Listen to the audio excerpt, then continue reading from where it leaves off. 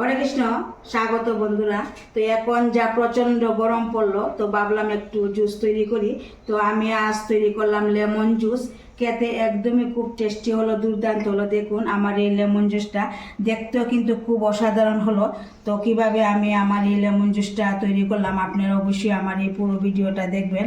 আর এই জুসটা খেতে যে এত টেস্টি হলো কি বলবো। তো আমি একটু খেয়েও দেখাচ্ছি। একদমই খুব টেস্টি হয়েছে। তো আপনারা অবশ্যই গরমের মধ্যে এইভাবে লেমন জুস বাড়িতে তৈরি করে অবশ্যই একবার হলো খেয়ে দেখবেন। তো লেমন জুসটা করার জন্য লেবু পাড়তে এলাম।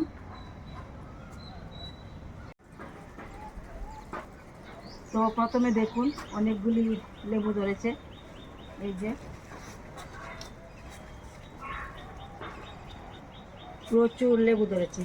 এই ছোট্ট গাছটার মধ্যে অনেক লেবু, কাটাও গাছটার মধ্যে অনেক। তো সাবধানে লেবুগুলো তুলতে হবে।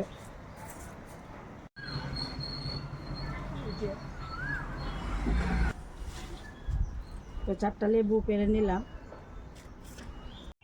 তো লেবু তোলার পর পুদিনা পাতা তুলতে এলাম। লেমন জুসটা করার জন্য পুদিনা পাতা দিতে হবে। তো দেখুন পুদিনা গাছগুলি বেশ ভালো হয়েছে, বড় হলো। তো তুলে নিচ্ছি।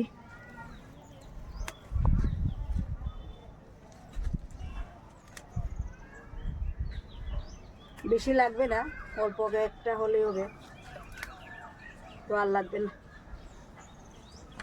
তো লেবু তো গাছ থেকে তুলে আনলাম। তো এবার লেবুগুলো খুব ভালোভাবে আগে ধুয়ে তারপর কেটে নেব।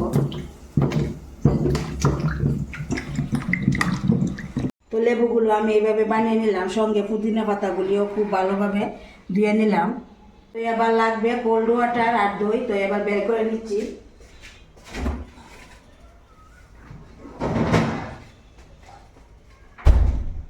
কোল্ড ওয়াটার দিয়ে দিলাম।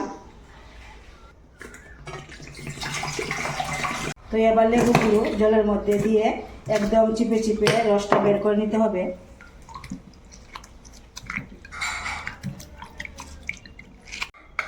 তো লেবু চিপে নিলাম। তো এবার দই দিয়ে দিতে হবে। তো এখানে আমি 3 চামচ দই দিয়ে দিলাম। তো এবার দিয়ে দিতে হবে চিনি পরিমাণ মতো। তো চিনিটা আপনারা কম বেশি করে নিতে পারেন। আমি এখানে 3 চামচ চিনি দিলাম। এবার দিয়ে দিতে হবে বিট লবণ। বিট লবণ দিলে এই লেমন জুসটা খেতে একদমই খুব টেস্টি হয়। এবার কয়েকটা পুদিনা পাতাও দিয়ে দিতে হবে। এবার দিয়ে দিতে হবে আইস। দিয়ে দেওয়ার পর খুব ভালোভাবে একদম মিশিয়ে নিতে হবে। তো খুব ভালোভাবে মিশিয়ে নিলাম। এবার গ্লাসের মধ্যে নিয়ে নিচ্ছি।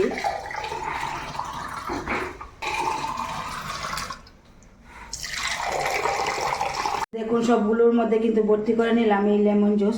তো এবার ডেকোরেশনের জন্য আমি এইভাবে পুদিনা পাতা একটু সাজিয়ে দিলাম দেখার সৌন্দর্যের জন্য।